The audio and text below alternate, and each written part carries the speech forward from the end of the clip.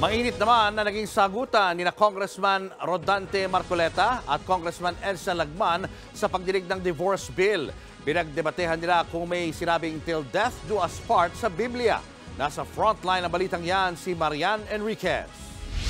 Mr. Speaker, nakasaad ba sa Biblia o hindi ang mga katagang till death do us part na laging nasa wedding vows? Tila rito sumentro ang debate ni Nasagip Party List Representative Rodante Marcoleta at Albay Representative Edse Lagman sa pagdinig ng Kamara sa divorce bill kahapon.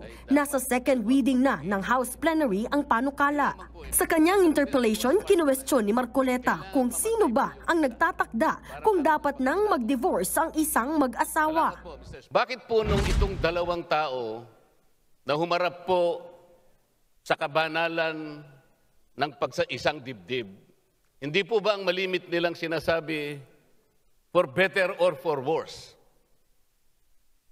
Sa karamdaman o sa kalusugan, till death do us part, Sir Speaker. Hindi ba ganun po yung general premise natin?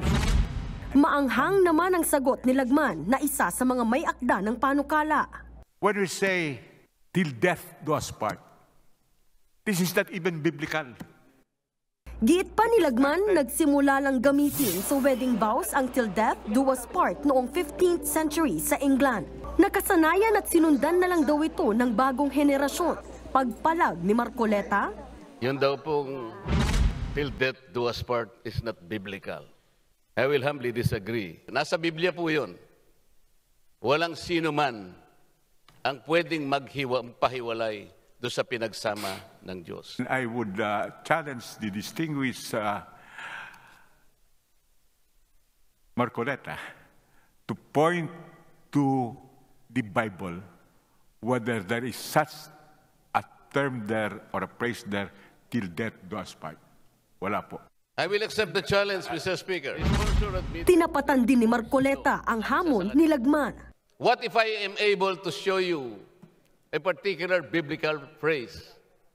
Will you withdraw your sponsorship? Please show it now. If you are accepting the challenge, could you tell us where in the Bible this phrase till death do us part appears? Kumasa naman dito si Marcoleta pero kinailangang suspendihin saglit ang interpelasyon. Pagbalik, nagbasa ng Bible verse si Marcoleta. Speaker, I'm citing 1 Corinthians chapter 7, verse 39. Which reads, and I quote, "A woman is obligated to stay in her marriage as long as her husband is alive.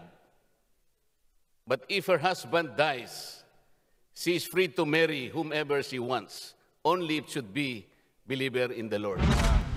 Hindi na kontento rito si Lagman at sinabing wala naman sa binasang berso ng kongresista ang hinahanap niyang till death do us part.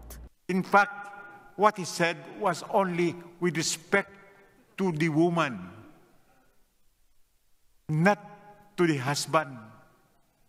It is here that when the husband dies, the woman can remarry. But it would be better if she does not remarry.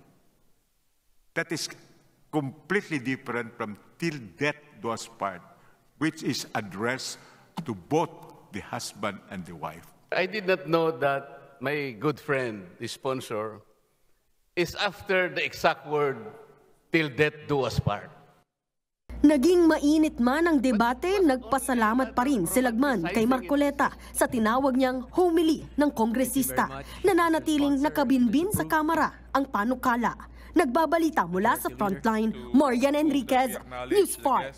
Mga kapatid, Lucy Cruz Valdez po, maging maalam at may pakialam sa mga napapanahong balita sa bansa.